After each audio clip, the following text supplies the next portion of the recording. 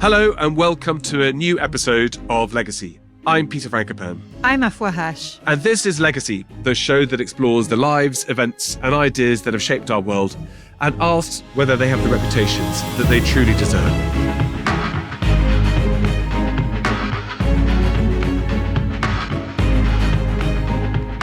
This is Kwame Nkrumah, Part 4, Rise and Fall.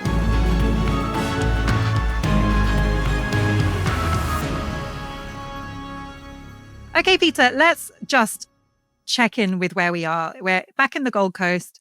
It's 1947, just after the Second World War. There's tens of thousands of Ghanaian servicemen who fought for Britain in Burma, across Asia.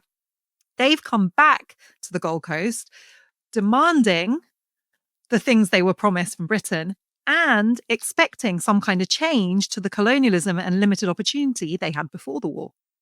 It's been happening in other parts of the former British Empire too. You know, the Second World War, like all wars, is shattering both on human lives, but also on economies. And so the apparatus of an empire, suddenly you have an exhausted Britain, which is struggling to hang on to its overseas appendages and the places that it's extracted from. And also because the empire's been going on for quite a long time, it's managed to get lots of all the good stuff out over the previous couple of hundred years. So suddenly there's a kind of change of attitude in Britain about what an empire looks like. You see the independence movements in places like India start to bring about enormous shifts of people, geopolitics, transformational. And so that process of what's going to happen in West Africa starts to become live too, because the devastation that's been caused by the war to West Africans, to Indians, to people in Southeast Asia has been absolutely epic. So some of it is about what resources are required to keep an empire running. Britain's got quite a close eye on that. But local peoples in Gandhi in India, of course, but then people like Nkrumah in West Africa have radically different visions about what that future is going to look like.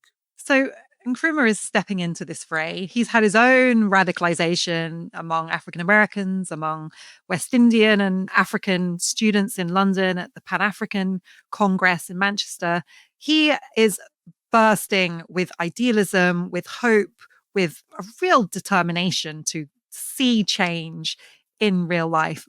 But for the moment, he's slightly constrained by the actual role he's come back to accept, which is as General Secretary to the United Gold Coast Convention, which is basically made up of wealthy and highly educated elites in the Gold Coast. They're barristers, doctors, businessmen, and they're known as the Big Six: Obetsebi Lamptey, Eko Eje, William Ofori-Atta, J.B. Dankwa, and Edward Akufo-Addo, whose son, in fact, will become another president in Ghana. And I worked for him. He was the president in Ghana until, I think, 2024.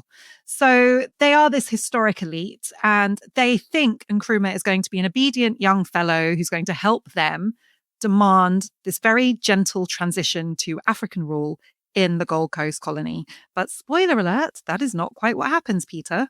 Well, it's not quite what happens, because Nkrumah probably is responsible for organizing a boycott of European goods in Accra in February 1948. And Nkrumah is certainly held responsible by the British colonial authorities, who blame Nkrumah and the Big Six for not doing enough to dampen spirits and perhaps being even behind it too. And Nkrumah is put in prison. And that's a turning point for him, because his focus shifts to how do you mobilize the masses, who are the real agents of transforming the country into a modern state. And although Nkrumah is summoned to come and give evidence in front of the Watson Commission, which is convened by the colonial authorities, it's a turning point insofar as this is all just going through the motions to keep an apparatus in place whose time has been. So Nkrumah is thinking much more widely about what dramatic and direct action looks like.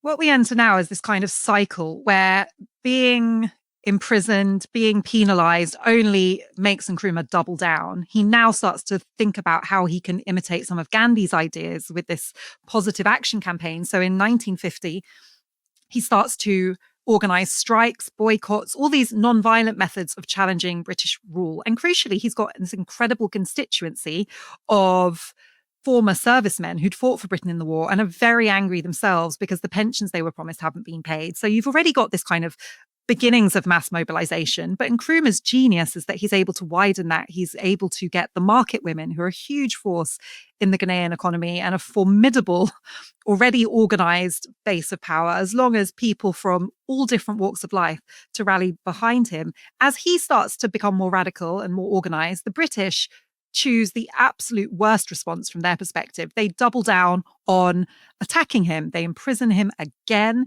While they do so, his popularity grows exponentially. He becomes this prisoner, this martyr, a little bit like what happens to Gandhi in India. He becomes this figure that people believe in even more. They see the sacrifice he's paying, they believe in his integrity, and they are furious with the British for clamping down on their demands. So Britain looks back at that as kind of the worst strategy it could have implemented.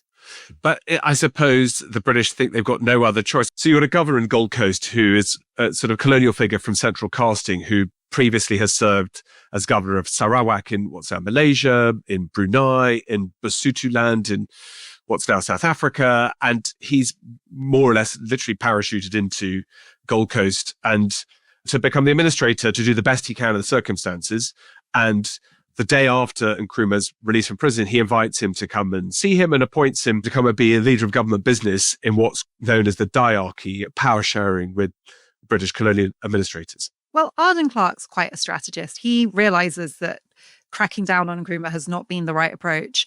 So he thinks that by giving him the kind of semblance of some power, the ability to also organize local councils and have some kind of formal representation might quell these demands. But you're right, Peter, what the British really intend at this moment is no radical change, but just enough to pacify demands for some kind of representation. And the history of how Europeans interact in the African continent goes back centuries. And one of the things that they've done is try and co-opt local rulers. So in any African society, even today, where you've got, parliamentary systems that are based on Westminster or Paris in Francophone colonies, you've also got traditional rulers. Every village has a king, and that king is a sub-king of a paramount king. And, the whole society is organized in this hierarchy.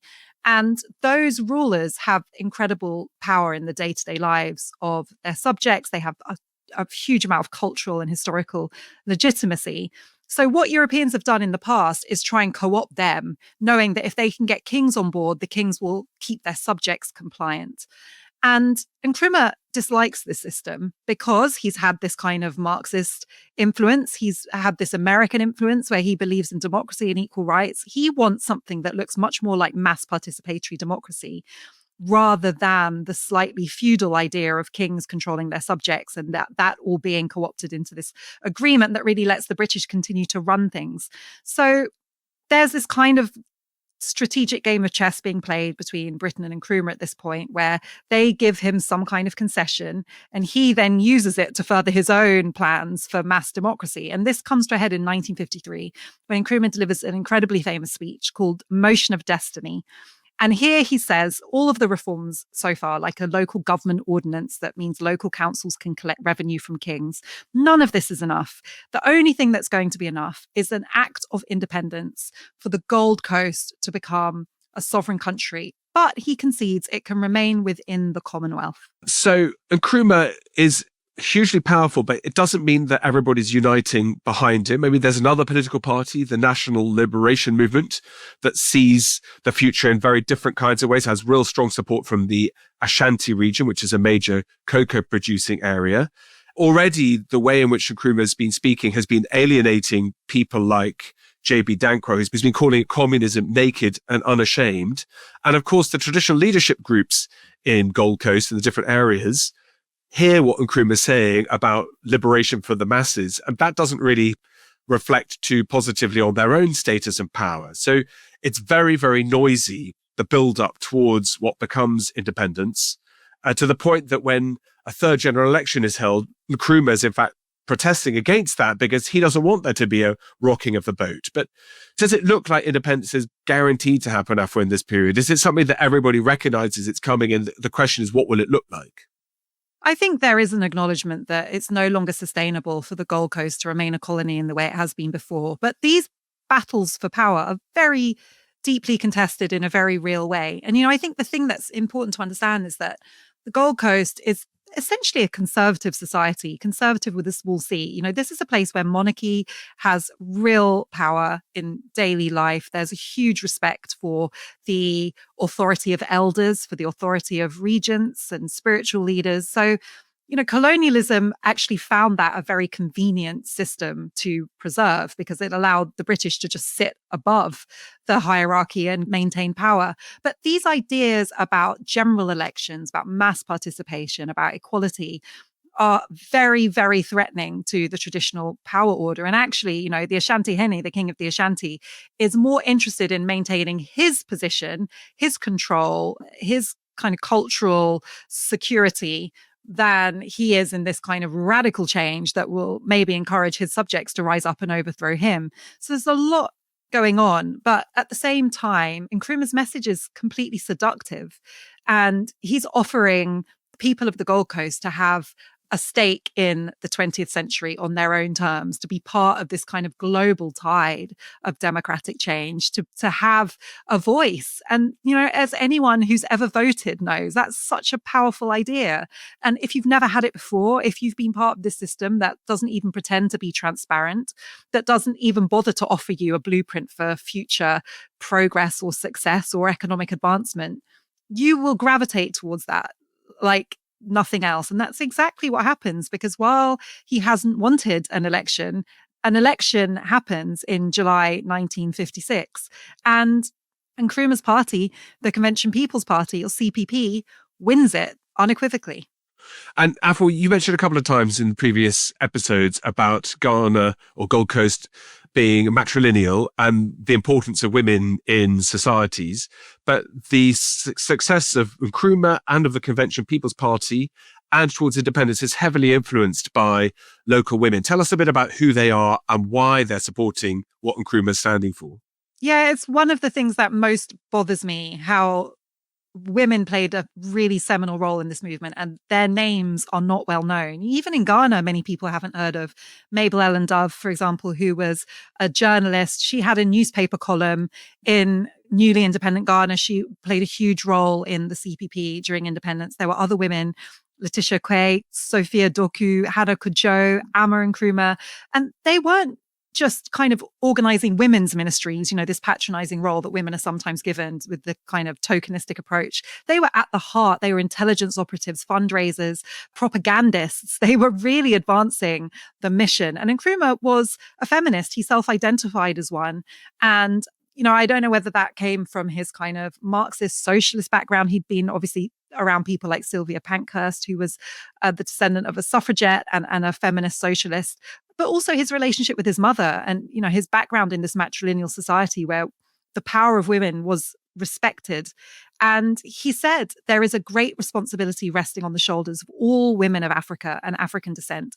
They must realize that men alone cannot complete the gigantic task we have set ourselves. The time has come when the women of Africa and African descent must rise up in their millions to join the African crusade for freedom. And I think it's important to say as well that while, one of his first acts was to allow women to be elected to parliament, he wasn't just focused on elite women. He mobilized market women, as we were saying earlier. People in that movement became really key to fundraising, and you think of a market woman, you think of kind of, a lady with a little stool.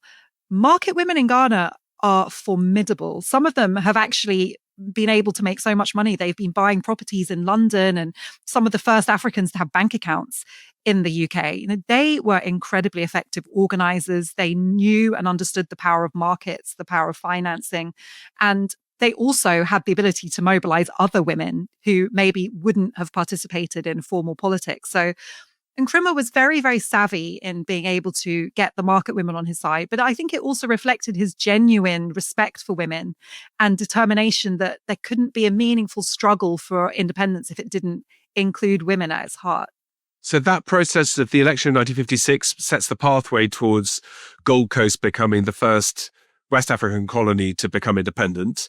You mentioned about Nkrumah being incredibly savvy. I mean, in fact, Charles Arvin Clark, the British governor, he says that Nkrumah has two voices, one in official discussions, that conciliatory and pragmatic, And then at party rallies, much more charismatic, much more forceful, and much more tricky if you're an administrator, because he's setting out demands that the British aren't quite ready to give completely over. But still, Basil Davidson's book, Black Star, which is the definitive biography you mentioned a couple of times too, Afua, describes meeting Nkrumah in 1952 and describes him as hugely charismatic, magnetic, thoughtful, and determined to free Africa from colonial and neo-colonial clutches. But this period of the 1950s see Nkrumah go from being a clever man who's trying to finish doctorates to being a party secretary to being the leader of a nation. So, Peter, my mother was actually there that day, 6th of March, 1957. Wow. I think she was 6 years old. Gosh. And, you know, even though, as I was saying earlier, my family has a complicated relationship with Nkrumah and his legacy, I don't know anyone who isn't emotional about that day. You know, the sight of the British flag being lowered and the Black Star flag being raised, you know, this newly written national anthem. It was such an evocative experience. And even the flag is so loaded with meaning. So it's still called the Black Star. And if you look at it, the symbolism tells its own story. So the colors are the African liberation colors, which were designed by Marcus Garvey. Black, which represents the skin color of the people. It's almost reclaiming blackness as a source of strength and unity instead of a source of oppression. But the oppression of colonialism is referenced in the red, which is the blood of suffering from colonialism and slavery. Then you've got gold, the wealth of the land, acknowledging that this is a country abundant in wealth and opportunity, and green, because this is a fertile continent that produces so much food, has this history of incredible natural diversity and power. So the colors of the flag are really symbolic. And then there's this star at the center, the lodestar. And a lodestar is a star that's used to guide the course of a ship. And so in this context, Nkrumah is seeing the star of Ghana as the symbol of African freedom, this star that the rest of the continent will now be able to follow on its own path towards freedom. And so you can just see this Pan-Africanist ideology throughout. He's not just thinking about his country, he's thinking about all Black people and what this moment of independence means to them. And then there's the name Ghana, Peter, which I'm obsessed with the fact that he chose the name Ghana. Well, I mean, it's a new start. You know, there's no question about that. Ghana in the Soninke language means warrior king. I don't know, Afua, do you think that's because that's how Nkrumah saw himself? Do you think that's how he saw Gold Coast or Ghanaian people? Do you know, it's quite an interesting choice of name. Obviously reflects back to the, you know, ancient way in which this part of the world has been known in Arab geographies and so on. But it's not even this part of the world, because the ancient kingdom of Ghana was absolutely nowhere near modern day Ghana. Right. It was thousands of kilometers away. So it was much more in the Sahelian region around the Sahara Desert, close to modern day Mali. And it was a medieval kingdom. Its capital, Kumbe Saleh, was a major trading hub for the Trans-Sahara camel caravans, which I know you know a lot about because I also read about Love them the camels. in the Silk Road. Yeah. So it's so interesting to me. You know, Nkrumah could have chosen a kingdom closer to home. I mean, there were many ancient civilizations on the African continent.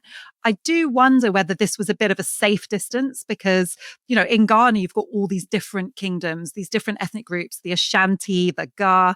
In the north, you've got Hausa, Fulani rule. You've got different kingdoms in places like Wa and Yendi that in some places are still kind of contesting their role in the modern state today. So I guess in a way it's easier to choose a kind of foreign idea rather than the competing local ones. But I think there was a real ideology there as well, that Nkrumah is also reminding the world that Africa is not the dark continent. It's not a place with no history, as the Oxford professor Hugh Trevor Roper famously said. This is one of the world's cradles of civilization. And Nkrumah wants everybody to know that. So he's associating Ghana, modern day Ghana, with one of those histories by referencing ancient Ghana. So it's no longer the Gold Coast. It is now Ghana. And this is a huge moment for the whole African continent. So it's the pinnacle of Nkrumah's political career. He's led his country to independence, to self-governance, the first Black country to become independent of colonial rule. The question is this going to deliver the promised economic paradise and the miracle that Nkrumah has been dreaming about for the whole of his life?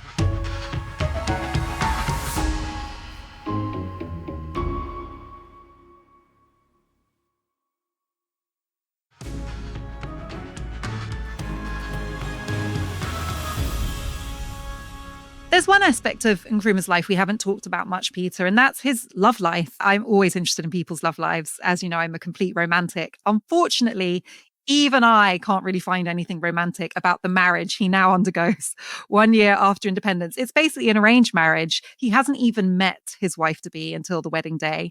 And that's not because of a Ghanaian tradition. That's because he strategically decided that it would be good for him to marry an Egyptian woman, because he's on this Pan-African project of trying to reassert the links between quote unquote sub-Saharan Africa. I hate that term, but the countries traditionally associated with Black Africa, with Egypt and the other countries of the Levant, of North Africa. He marries a woman named Fatia Helen Rizk. She's a 26-year-old Egyptian woman. It's basically arranged by Nasser, who's his ally and comrade in Egypt at the time. But it's a massive shock to basically everyone who knows him. Including to his wife. Yeah. She was a little surprised, I suppose, to find herself in Christianborg, which is an old Danish castle in Accra where their marriage happened. But so few people knew about this before it happened that they were really surprised. And I think that he was so focused on wanting to unite Arab Africa with Black Africa. He was so focused on the project ahead of him that you don't get the impression that kind of romance and love were really big priorities for him. I also think, as a kind of informal student of Ghanaian men, there is definitely, and other people from other cultures will relate to this, there's something about the love affair between a man and his woman in my culture, between a man and his mother in my culture. That's an important correction. That is. Gosh, we need to get Sigmund Freud back in here for that one. When you said man and his woman, I thought and you correct yourself, I thought you were going to definitely go man and his wife. Okay, man and his mother. Gosh, I'm now on the edge of my seat. Yeah, go on, tell me about in Ghanaian culture. I have loads of theories about the relationship between Ghanaian men and their mothers. And I suspect anyone who's Jewish, probably anyone Indian, maybe anyone Arab will recognize this. I mean, just to pick a few other cultural identities, but we're going to get a lot of email now. Ghanaian men for the Ask Us Anything, in my opinion, podcast. We're going to have a lot of questions. Really look up to their mothers. The matrilineal system is not what it sounds like, because one of the consequences is that as a man in traditional societies, especially a Kan culture, when you get married as a man, your main responsibility is not to your wife, it's to your mother and to your siblings that you share from your mother. So a man in Ghanaian society will look after his sister's children. That's one of the reasons that uncle is such an important figure, whereas your wife and her children will be living with your wife's mother, and her brothers will be the main men in their daily life. So the matrilineal system binds children to the mother rather than to the spouses they might go on to marry. And it's not the Western idea of a nuclear family. It's a communal system where you live in a compound with your mother, your sisters, their children. So, if he'd have stayed in the village, Nkrumah would have stayed living with his mother, and he would have visited his wife and the children he had with his wife.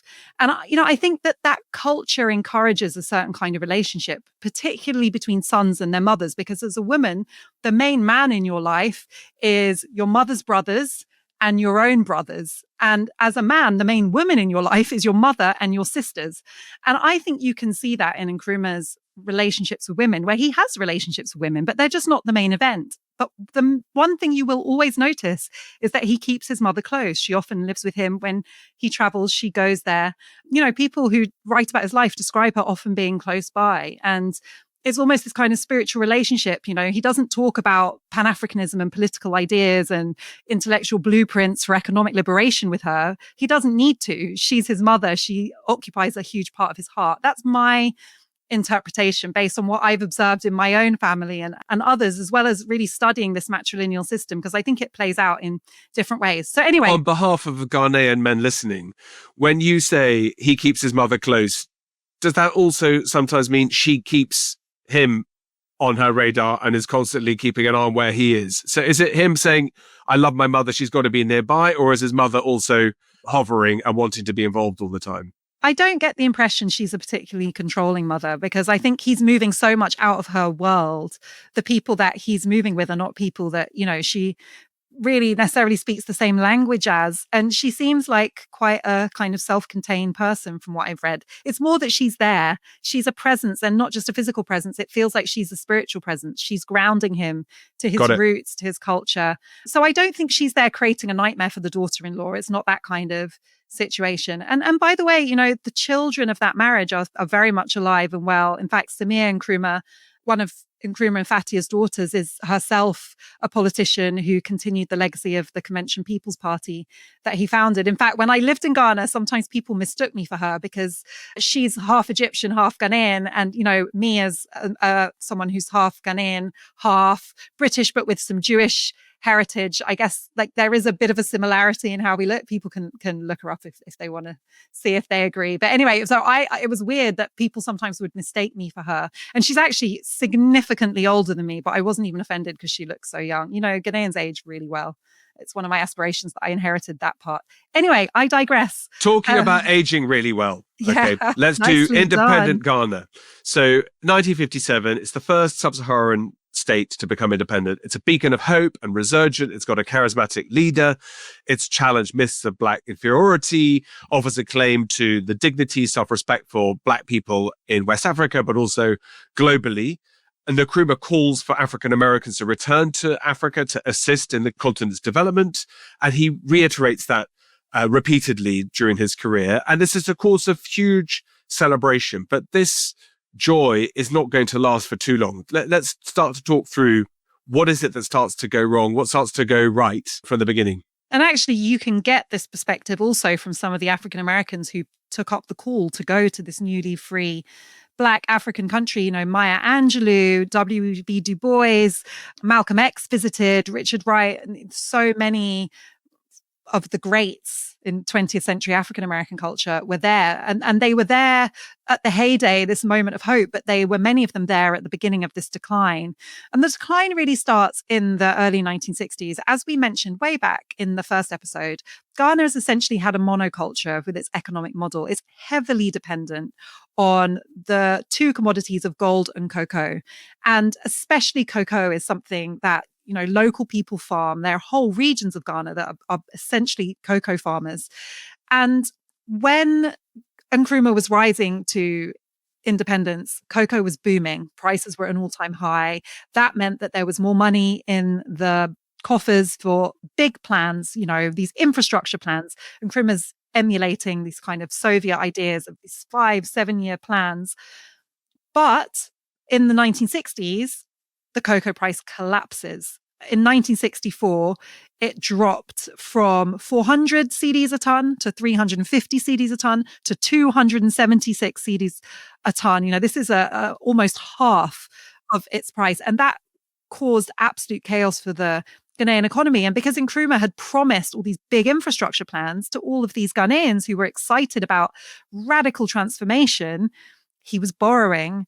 And the budget deficit became completely out of control. And those kinds of things, they can happen quickly. I mean, that price fall of about 40%, it's devastating, but you're particularly devastating the poorest communities because, so much more part of your wealth depends on the land. So in 1957, Ghana has sterling reserves of about £200 million. That starts to dissolve incredibly quickly.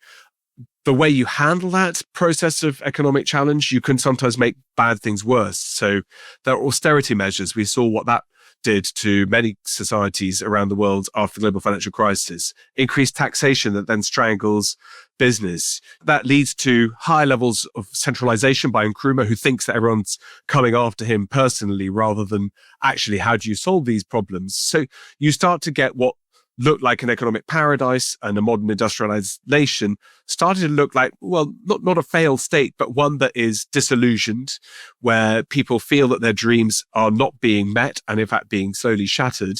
And you see things like the price of bread start to rise. You find life becoming unbearable for those on low income, those who are wage earners. And then, as often happens, states become leaky and they become increasingly corrupt. And then people start to accuse each other of siphoning off cash, and then they do siphon off cash. So some of this starts to be a really poison, toxic challenge that Nkrumah has to deal with. And he himself isn't on the thick end of that, is he, Afua? He's not one of those leaders who lines his own pockets. He's actually quite an ascetic figure. He, way before it was popular, kind of watches his sugar intake and is very moderate in what he eats. He barely drinks. He goes for walks in the morning. His only indulgence is that he loves animals and always keeps a kind of menagerie of animals in the garden. But he lives in a simple house. He's not interested in material wealth at all. His big flaw is that he becomes very, very distrustful of people around him. There's some legitimacy in that. As he becomes more unpopular, there are plots against him. There are assassination attempts, many assassination attempts. And that only fuels his distrust. But as we saw earlier in London after the Pan-African Congress, when he created this inner circle called the Circle, he has this tendency to hunker down with a few trusted advisors, to be secretive with those he believes he can rely on. And that really becomes a paranoia-fueled effort that alienates many of the other potential allies he does have in Ghana at that time. It's a mixed picture because there's a legitimate sense of being under threat. And we haven't even talked yet about the role that the US and the USSR and Britain are playing and what their perspective on his ambitions are. But, even putting that to one side, his tendencies to succumb to paranoia and distrust are very corrosive in what was a very hopeful political environment. And that word you use, Afua, I think paranoia, I think that any leader in any society can wake up every day and it's more and more and more bad news. And as you say, you then lean in on a very small group of people who sometimes don't tell you what you need to hear. And also you then start to develop slightly offbeat theories about what you think is responsible. So in Nkrumah's case, he thinks that Western imperial interests are busy to do a deliberate economic squeeze on Ghana and that cocoa prices are being artificially depressed. Then the IMF refused to give credit guarantees in 1965. He understands that as a deliberate attempt to bring his government down. There are ideas that the British somehow are trying to sort of engineer the fall, not just of Nkrumah, but also to show this is what independence can do. And he believes all of that. And of course, that makes him extremely mistrustful. He then centralizes powers so that everything is deemed an emergency measure. And I think totalitarian is probably too strong, but he's certainly monopolistic in how he deals with the media. He shuts down newspapers. He's got these ideas that everything has to be done in his way. And that's incredibly divisive, particularly for someone who's been promising to empower people across the political and social economic spectrum. I don't know if totalitarianism is too strong a word, Peter. I mean, he's now at this point beginning to arrest and imprison his enemies. And, one of the most tragic manifestations of this is his former friend and mentor, J.B. Dankwa, one of the big six who actually invited him back to the Gold Coast, helping set off this whole chain of events that led to independence. In Ghana, there's this huge culture of respect for your elders, even if you disagree with them, even if you fall out with them. And Nkrumah has J.B. Dankwa arrested. He's sent to prison without trial, and he then dies during his incarceration. It's a really tragic story and one that there's still a huge amount of bitterness towards Nkrumah for in Ghana today. My own family left Ghana during this period. My grandfather, who had been in the UK and now came back and worked for Nkrumah, establishing teacher training colleges all around the country. So when my mum was born, she and her siblings moved every couple of years to different parts of Ghana, the north, the west, establishing teacher training facilities as part of Nkrumah's vision to create a genuinely world-class education system that met the needs of Ghanaians rather than imitating colonial education. But my grandfather ended up falling out of favor as well and ending up on some kind of blacklist. So it's incredible, in my own family, the change from believing in Nkrumah as the person who would lead Ghana to this promised land. He promised an economic paradise and a modern industrialized nation. Now, as the 60s are progressing, it's becoming a nightmare where people fear for their lives. They're fleeing the country. They're finding themselves imprisoned. It's a really complicated legacy. For me, I feel the personal tragedy of that. But I also think you can recognize that some of Nkrumah's paranoia was real. So there have been documents declassified in the last 10 years alone that show that actually it's true that the intelligence services of Britain and America certainly were beginning to think about how they could remove Nkrumah. They didn't want his vision to succeed. They worried it would play in to Soviet aspirations for control of the continent. And there's actually an incredible book about the whole picture across Africa at this time called White Malice by an academic called Susan Williams that we've talked about before, Peter. But it details in meticulous detail, having combed the archives, what we now know for sure about the role that the global superpowers played in trying to break this new nation. So you look at it from Nkrumah's perspective, he's never done this before. No one's ever done this before. He's carrying the weight. He feels alone. He doesn't even know who in his inner circle he can trust. And he believes that the only way to protect his vision for Ghana, as cocoa prices collapse and the country becomes bankrupt, is to really hunker down, crack down on his enemies, and kind of forge forward alone. And it's a very tragic story that we can all see actually led to his demise and caused decades of problems for Ghana. But I also have some sympathy for this kind of young visionary trying to pull off this basically impossible idea. But that one-party state that Nkrumah turns Ghana into is not the trajectory that the other 17 states that are admitted into the United Nations in 1960 follow. So it's right, there are the strange way that the Cold War plays out, with particularly the United States and the Soviet Union competing with each other, looking for influence, looking for cracks here and there. But Nkrumah, I think his personality, that fact that he's so driven, the fact that his marriage is one that is obviously one that doesn't mean a huge amount to him, because what matters is his political vision, means that those seeds all start to sort of come together. So in 1962, he becomes obsessed that the CIA is plotting to overthrow him, and gives visitors copies of books denouncing CIA conspiracies. And at that point asks for the KGB or asks for the Soviet Union to help oversee his personal security, and gets officers from the Stasi in East Germany to train a new national security service and to start running a whole network of informers across Ghana. So that's all happened incredibly quickly. And I suppose what you're saying is right, Afua. I suppose if you were trying to see it from his side, constant assassination attempts, by 1966, he's survived 7 assassination attempts. But, I suppose there's a point where you have to recognize you're part of the problem, or possibly the problem. So Nkrumah's unwillingness to share power or to diversify or to reckon that maybe there's a different way of doing things is also what's driving him to make things worse and worse, rather than to sort of put the brakes on and see if there's a way in which this can be stopped. And just to be clear, I'm not defending totalitarianism at all, and I think... Really? I think there's no excuse for violating human rights, for detaining and convicting people without trial, for having people killed. These are all things that happened in that era, and it's inexcusable in any event, let alone from someone so idealistic who I think genuinely believes so profoundly in a better vision for what Ghana could become. But tell us, Afua, about the culmination in February 1966 and the coup where Nkrumah is overthrown by a military plot. Talk us through what happens and why. So 1966 is really the end of the dream. There is a coup. Nkrumah is abroad in Vietnam at the time. Military officers take advantage of his absence to depose him. The coup is codenamed Operation Cold Chop. All the coup operators, there were 4 police personnel and 4 military people, and they were all trained in Britain. There's now actually direct evidence that Britain was involved in orchestrating this coup. But, at the time, the other suspicious events were the fact that the US ambassador left Accra just before the coup, leaving the country with no US ambassador, which actually gave the CIA station chief, Howard T. Bain, a free hand. He proposed that the CIA sponsor a coup. There's lots more detail in the book White Malice about how this went down. But Nkrumah is outside the country when he's removed, and it's absolutely devastating. He can't go home. His dream is over.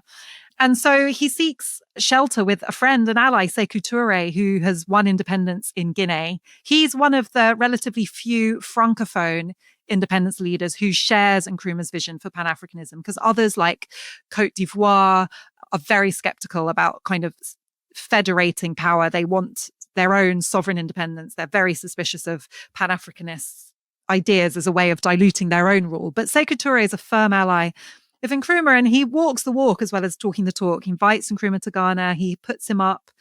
He gives him a villa, which I've seen in Conakry. It's kind of pink villa, covered in bougainvillea. And this is where Nkrumah spends the rest of his life. He's writing. He wrote some of his most prophetic books, including Challenge in the Congo, which we mentioned earlier. But as you said, Peter, it's a kind of self-fulfilling prophecy, because as he's become more suspicious, we now know legitimately of Britain and America that they want to depose him, that they're involved in a coup.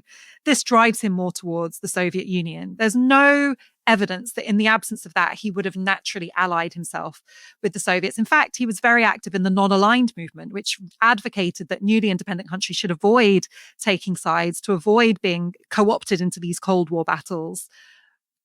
So the Soviets, kind of as a result of everything that's happened, are now really the power that he trusts. But I think, and there is a credible theory, that they may have had a role in his ultimate demise. Well, we know that his trusted cook is murdered, probably poisoned. Nkrumah's British publisher is convinced that Nkrumah himself is being poisoned too. I mean, it's interesting, he when he goes to Guinea, he's given the honorary title of co-president. So he's still highly regarded, even though he's been deposed. But all of this, I think, lends Nkrumah to still think about how he can make a difference. So he writes some of his most famous works, including Challenge in Congo, while he's in exile. And he's still thinking about what the post-colonial world will look like. But I mean, there's no question that Nkrumah, with the chances that he had, the opportunities he had in Ghana, it's a legacy that all went terribly badly wrong for him personally, and all the things that he'd been promising for the Ghanaian people. And what happens now is that, like, having been more aligned with the Soviet Union as he became more alienated from the US and the UK, this is the era, as you can probably tell us more about, Peter, of the Sino-Soviet split, where China and the Soviet Union had been allies in this new Cold War. But as China falls out with the Soviet Union, Nkrumah starts to be interested in whether China would be a better partner for him, and his dream, which he hasn't given up on, of Ghana becoming a viable state, that he could have a role. And so there are theories that, like, as he became more of a threat to the Soviet Union during this period, exploring this relationship with China, that may have created an incentive to remove him. But as you're saying, Peter, his British publisher, June Milne, who's written incredibly about this time where she used to go and visit him in Guinea, noticed that his cook was murdered. This was someone he really trusted. And then after his cook was murdered, Nkrumah's health begins to mysteriously deteriorate. And I think till now, there are many questions about exactly what it was that was wrong with him, and the timing that this happens after his cook disappears seems rather suspicious. And actually, at the end of his life, when he's now seriously ill, it's Bucharest where he's taken by the Soviets. So they have this kind of bodily control of him. He's really at the mercy of their care. And it's in Bucharest that he dies in 1972, allegedly of stomach cancer. And you don't want to die in Soviet era Bucharest in 1972. I mean, it's a grey, drab, there's the age of Ceausescu and seeing what these other states that have also notionally become free, what they are actually, what the realities are. So I think that those painful, dashed dreams are really how we think about Nkrumah, the kind of the promising opportunities, what things could have been like, and then the sort of set of circumstances that left very painful and difficult legacies. I mean, as it happens, Kofi Busia, who the leader who took over from Nkrumah, is deposed in a coup himself, and deposed by another military general in another coup that unleashes a cycle of chaos and violence and instability that plagues Ghana for the next 30 years. And in fact, many of Nkrumah's most scary predictions turn out to be very prophetic. Like you mentioned about the CIA orchestrating coups. We know that was happening at the time in the Cold War. And so he wasn't always the master of his own destiny. There were dark forces to try to contend with too. But I wonder what you think, Afua, about the legacy of Nkrumah in the round. You're looking back today from the first, as we reach the end of the first quarter of the 21st century, colonial independence in itself is the great achievement. Is what happens next, is that part of Nkrumah's story? Is that something that we need to judge by a separate yardstick? Was he responsible for all those mistakes and flaws? I think that the best legacy we can give Nkrumah is that optimism about revolution for Africans has never died. And actually, June Milne says that even while he was dying, this incredibly painful alleged stomach cancer, he remained boundlessly optimistic that Africa could experience genuine liberation. It could shake off the neo-imperialist powers, as he described them, also very prophetically. And I just want to read from what Amilcar Cabral, who was from Guinea-Bissau, a Lusophone, Portuguese-speaking West African country, said at his funeral, because I think it's really beautiful. Let no one come and tell us that Nkrumah died from cancer of the throat or any other sickness. He was killed by the cancer of betrayal. But we Africans strongly believe that the dead remain living at our side. We are societies of the living dead. Nkrumah will rise again each dawn in the heart and determination of freedom fighters, in the action of all true African patriots. Nkrumah's immortal spirit presides and will preside at the judgment of history on this decisive phase in our people's lives, in lifelong struggle against imperialist domination and for the genuine progress of our continent.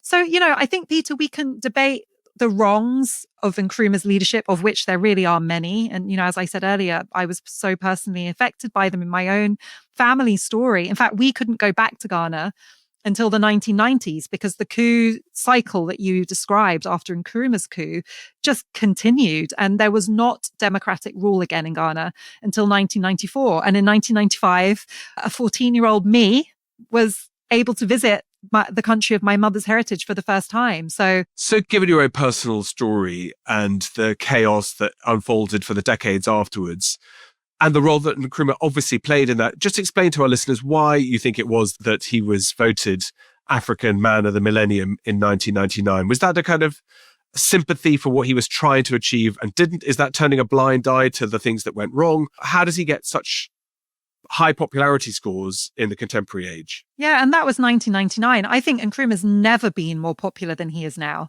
There's a way in which a new generation have kind of used social media to really bring his ideas back to life. And they land different in this era. And that's partly because he was prophetic. The things he was warning about, that if Africa achieved political independence but didn't shake off the corporate ownership of its resources, the control of Bretton Woods institutions over its economies. And these things all played out. We watched them play out. Structural adjustment in the 80s and 90s. These programs of the World Bank and the IMF were absolutely catastrophic. African countries are still paying off the debt as a result of those programs. If you go to a West African country today, you will find most big industry still owned by European and American and increasingly Chinese interests. You will find that political parties and even governments are often kind of receptacles for aid budgets. They have so much of their policy dictated by donors who have made their money exploiting African resources. Power is not residing within African countries in spite of all the formal architecture of independence. This is exactly what Nkrumah predicted. And this is why he pioneered this idea of African socialism, not because he wanted to align with Marxism or Sovietism necessarily, but just because he knew that there needed to be a different model, that globalized capitalism kind of pioneered by the imperial powers could never, ever do justice to Africans. And I think as more and more people have become disillusioned with those models, they look back to someone like Nkrumah, who way ahead of his time, with incredible clarity, set out that vision. And, maybe he was ahead of his time because he tried to implement this vision in the 1950s and 60s, and he was a lone voice. He was the only one who had an independent African country in that part of Africa. He was right at the beginning of the Cold War. He was right at the beginning of the non-aligned movement. He was trying to do things that till today, no one has been able to pull off. And I just want to add that, right now there is a leader in Burkina Faso, which is just to the north of Ghana, called Ibrahim Traore, who's another young, revolutionary, visionary leader. And he's saying many of the things that Nkrumah said. And people are very, very concerned that he too will be deposed in a coup, because the kind of global power system can't tolerate Africans really seeking political solutions that are in their own interests. They need to be client states of America and Europe and increasingly China. So if Nkrumah had lived in the era of social media, maybe there would have been more eyes on what was happening in Ghana. But as it was, all of these nefarious acts were able to flourish in the darkness. But I don't want to take agency away from him. He was able to implement many of the things he wanted to. He made some really bad choices. And there was this pretty impressive attempt to sabotage what he was doing from the outside. And all of those things are true. Listen, Afua, it's been a pleasure doing this one. I know how much the history of Ghana means to you and of Gold Coast. To talk through the life of Nkrumah, I know you were nervous that we would do him justice and the story of Ghana and the Ghanaian people justice. It's been, I can't think anybody I could do that better with than learning from you and, with your Akan heritage. It's been fantastic to have a chance to talk through Nkrumah. I've learned so much as well in thinking about part of West Africa that I know something about but should know more. But to hear about Nkrumah's life and his legacy, what an amazing opportunity to do that in such detail. So that's the end of our 4th episode on Kwame Nkrumah. I hope you're going to join us on future episodes. But this is Legacy, hosted by me, Peter Frankopan. And me, Afua Hirsch.